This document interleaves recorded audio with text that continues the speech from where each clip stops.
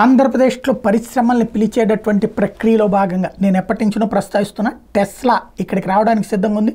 మన దగ్గర already Kia ఉంది కాబట్టి టెస్లా వాళ్ళని కూడా తీసుకురావడం సులభం, మాట్లాడాలి అన్నటువంటిది. సరే, ఇప్పుడు ప్రస్తుతం ఆ వ్యవహారాల మీదన సీరియస్గా దృష్టి పెట్టింది బాబు సర్కారు. ఏదైతే అమెరికాకు చెందినటువంటి దిగ్గజ సంస్థ టెస్లాతో పాటు మరికొన్ని పెద్ద కంపెనీల యాజమాన్యాలకు అధికారులు లేఖలు రాయడం ప్రారంభించారు. రాష్ట్రంలో పెట్టుబడులకు ఉన్న అనువైనటువంటి వాతావరణాన్ని వివరిస్తున్నారు.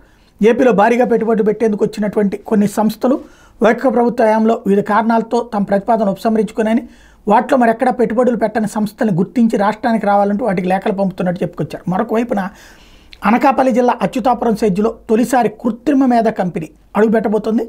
Subtract manufacturers India private limited enterprises smile పేరుతో ఈ పరిశ్రమ ఏర్పాటు కాబోతుంది.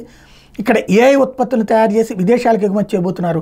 అనకాపల్లి జిల్లా అచ్యుతాపురం, రాంబిల్లి మండలాల పరిధిలోని సెజ్లో ప్రస్తుతం 208 పరిశ్రమలు ఉన్నాయి. వాటిలో ఎక్కువ భాగం తెలుగుదేశం పార్టీ ప్రభుత్వ హయాంలోనే ఏర్పడ్డాయి. ఏషియన్ పెయింట్స్, సెయింట్ గొబైన్ వంటి దిగ్గజ సంస్థలు ఇక్కడ పరిశ్రమలు ఏర్పాటు చేసినాయి.